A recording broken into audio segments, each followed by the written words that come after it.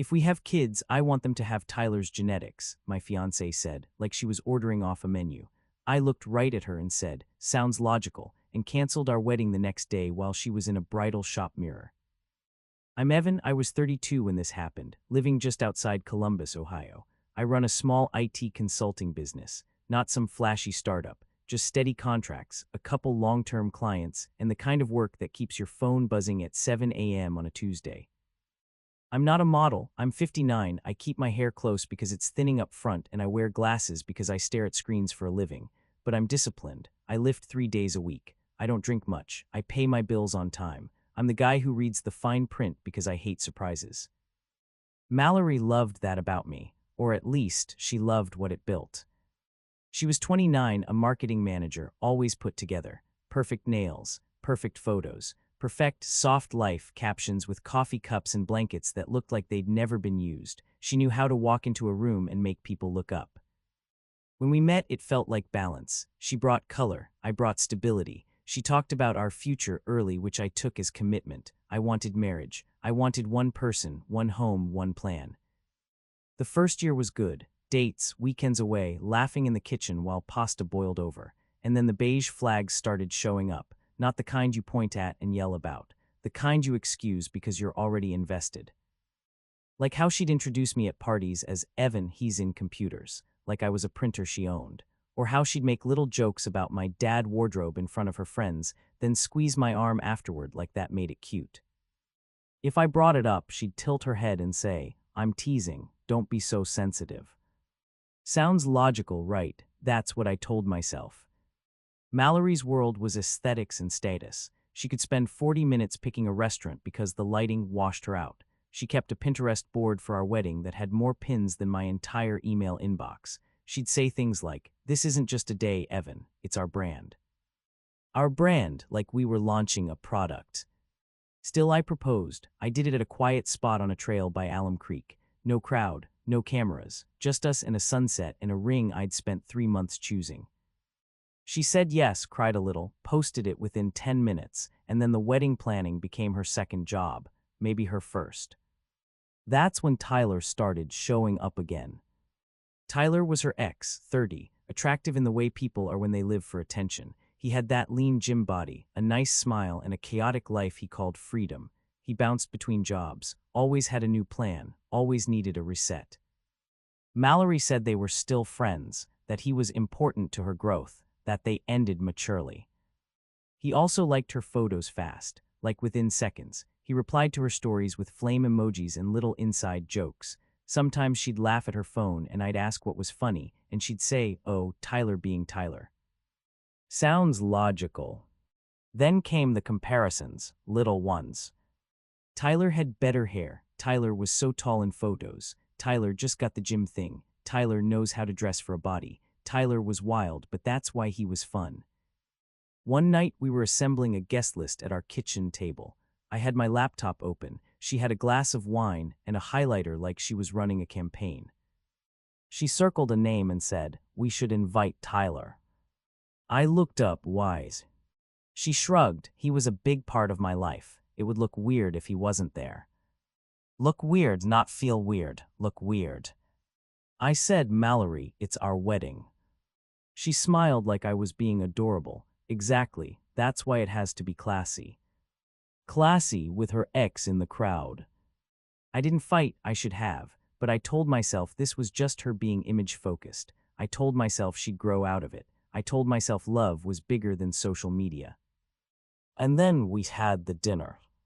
It was a Tuesday, ordinary. Take out sushi on our coffee table because she didn't want puffy face from salty food but also didn't want to cook. She had her laptop open to a spreadsheet labeled Wedding Master Plan.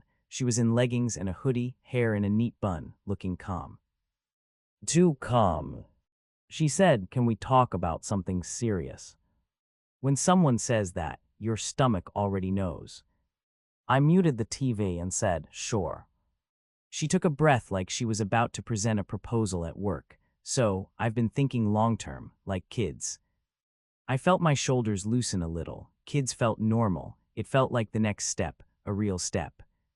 She nodded slowly. You know I love you, and you're going to be an amazing husband. That going to be landed weird. Then she said it carefully, like she'd rehearsed it. If we have kids, I'd prefer they have Tyler's genetics. I didn't even blink at first. My brain did that thing where it tries to turn words into something else. She kept going, because of course she did.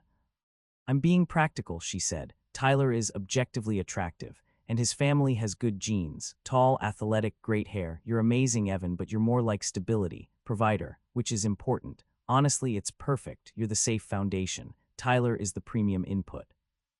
Premium input. Like she was upgrading the parts on a machine. I stared at her. Are you saying what exactly? She waved her hand like I was stuck on details. Not cheating, I'm not being gross. I mean, we could do it medically, like donors, or like one time, but clean, controlled. It's just logic. Logic. Then she added the line that killed everything instantly. I already talked to Tyler about it, and he's open to it. He said he'd do it if it meant my kids had a better start. I felt something go quiet inside me. Not anger, not tears, just the lights going out. Love doesn't always explode. Sometimes it just shuts off like a power switch. I looked at her and said, evenly, sounds logical. Her face softened with relief. Right, I knew you'd get it. I nodded once. If you want kids with Tyler, you should have them with Tyler. She frowned. Evan, don't be dramatic. I'm marrying you. Sounds logical, I repeated, so you won't need me. Her smile slipped. What does that mean? I stood up, picked up my empty soy sauce cup and tossed it. My hands weren't shaking. That's what scared me the most. I was calm.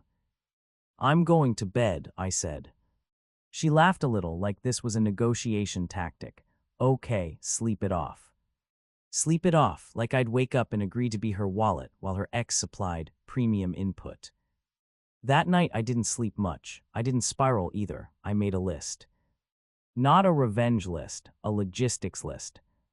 At 1:12 a.m., I opened my laptop at the kitchen table. I pulled up the folder labeled wedding, contracts, receipts, email chains, deposit confirmations, everything. Venue, $6,000 deposit. Caterer, $2,400 deposit. Photographer, $1,800 deposit. DJ, $650 deposit. Florist, $900 deposit. Bridal boutique, dress payment schedule in her name, but my card was the authorized card on file because she wanted points. At 1:37 a.m., I called my credit card company. Quiet voice, simple request. I need to remove an authorized user immediately. They asked a few verification questions. I answered. They confirmed she'd be removed. They offered to overnight a new card number for me. I said yes. At 2:05 a.m., I changed passwords. Banking, email, client portals, anything with my name on it. We didn't share a joint account, but she had access to my streaming services, my Amazon, and a few vendor logins because she insisted on handling details. At 2:40 a.m., I drafted vendor emails. Polite, professional. Due to a personal situation, the event scheduled for May 18 is canceled. Please confirm cancellation terms in writing. I didn't send them yet. I wanted it timed. At 3:15 a.m., I checked our lease. My condo was mine, purchased before we met. She de-moved in, but she wasn't on the mortgage. Her name was on a simple month-to-month occupancy agreement my lawyer had suggested when she moved in. At the time, she'd laughed and called me so corporate. Sounds logical, right? At 3:40 a.m., I texted my friend Marcus, who works building security at a nearby office park. Are you free Saturday morning? Need you as a witness for a move-out pickup. He replied, half asleep, you okay? I typed not really, but I'm handling it. At 8:00 a.m., Mallory left for her final dress fitting downtown. Big moment, high stakes. Her mom, her maid of honor, the whole thing. She spent 2 hours curling her hair. She kissed my cheek on the way out like nothing happened. Don't be weird today, she said. Sounds logical, I said. She didn't even catch it. The second her car pulled out, I sent the emails, all of them. Venue first, caterer, photographer, DJ, florist. Then I called the venue directly to confirm they received it. They did. They were calm. They'd seen worse. Then I called my bank and put a note on my account to require verbal verification for any wire transfer, just in case she tried something impulsive. At 10:17 a.m., my phone started vibrating. Mallory's name. I let it ring twice, then answered. Her voice was sharp and panicked, like she was trying not to cry in public. Evan, what did you do? I leaned back in my chair. What happened? My card got declined, she hissed. At the boutique, in front of everyone. My mom is staring at me like I'm insane. That's strange, I said, calm, flat. You're not on my card anymore. What do you mean I'm not on your? Evan, are you serious? Sounds logical, I said. You said you wanted kids with Tyler. You said you already talked to him. That's not a marriage I'm signing up for. She lowered her voice. I could hear bathroom echo. I didn't mean it like that. It was just planning, thinking. You planned it enough to talk to him, I said, so I planned accordingly. Her breath hitched. You canceled the wedding. That's why the venue is calling me. Yes, I said, everything is canceled. You'll get emails. Some deposits are refundable, some aren't. I'll send you the breakdown. You're ruining my life, she said. No, I replied, I'm opting out of yours. She tried a different tone. Sweet. Evan, please come down here. We can talk. My mom is. I'm not doing a public negotiation, I said. We'll handle logistics by text only. She snapped, you can't just kick me out. I'm not, I said. You have 30 days by agreement, but I'm offering an earlier pickup for your things. Saturday at 10 a.m. Marcus will be here as a witness. Who is Marcus? Security, I said, so everything stays calm. She went quiet for a beat, then she said, venomous, Tyler was right about you.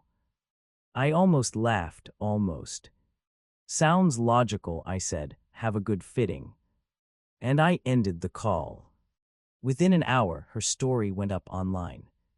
A black and white selfie of her crying, captioned, when the person you trusted abandons you at your lowest, some men can't handle a strong woman. Her friends flooded the comments, you deserve better, he was insecure anyway, men hate women with standards. Then she posted a second one, he canceled our wedding because I suggested something practical about family planning, control freak behavior. I didn't respond right away. I didn't argue with strangers. I didn't call her names. I waited until I had one clean, factual statement. At 6:30 p.m., I posted a single paragraph on my page. I canceled the wedding after Mallory told me she preferred to have children using her ex's genetics and confirmed she'd already discussed it with him. I'm not interested in that arrangement. For transparency, here are screenshots of the messages she sent this morning repeating it. I attached 3 screenshots, her words, her logic, her line about premium input, the timestamp, no insults, no extra commentary. Then I logged off. That was the moment the narrative died. Her friends went quiet. A few people messaged me privately. I'm sorry, man. Her cousin, who I barely knew, wrote, I saw it. You're doing the right thing. Mallory texted me in all caps, how dare you? I replied once, you posted first. I corrected the facts. We're done discussing this. And then I stopped responding. Saturday came fast. At 9:45 a.m., I laid out her belongings in the living room neatly, labeled bins, clothes separated from shoes, electronics in their original boxes. I had a printed inventory list with both of us signing at pickup because I didn't want missing necklace drama later. At 10:00 a.m. sharp, Marcus arrived. He wore a plain jacket, not a uniform, just presence. My neighbor Mrs. Dorsey, who had watched Mallory move in a year earlier, offered to stand by too. Older woman, sharp eyes, nobody intimidates her. At 10:06 a.m., Mallory walked in with her mom. Mallory's eyes were puffy. Her mom looked furious, like I'd personally embarrassed her at church. Mallory scanned the boxes like she was looking for a trap. So that's it, she said. You're really doing this. Yes, I said. Her mom stepped forward. Evan, you're throwing away a good woman over a conversation. I didn't argue with her mother. That's a waste of oxygen. I handed Mallory the inventory sheet and a pen. We'll sign for what you take, I said. Keys on the counter when you leave. Mallory's voice broke. You don't even care. I looked at her for a long second. I cared, until you made me a resource. She flinched. She tried one last angle. It wasn't about you being less. It was about giving our kids an advantage. Sounds logical, I said softly, so go give them that advantage without me.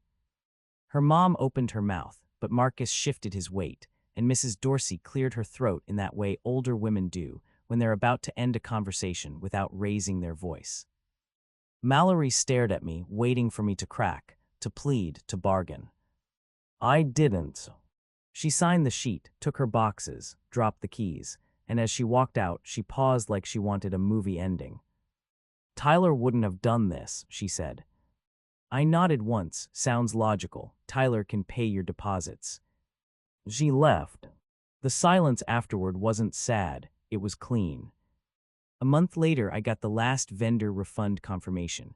Total recovered, $6,950. Total lost, $4,800. It hurt, but not as much as the future I'd almost bought. Mallory tried to circle back twice. Once was a text at 11:48 p.m. Can we talk? I miss you. I was stressed. I replied no.